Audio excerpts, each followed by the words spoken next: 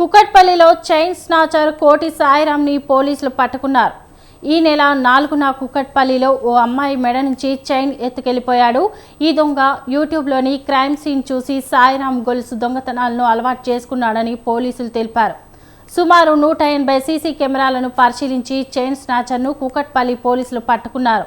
Snatcher సాయిరాంని అదుపులోకి తీసుకుని అతని నుంచి 8 తులాల చైన్ని స్వాధీనం చేసుకున్నారు.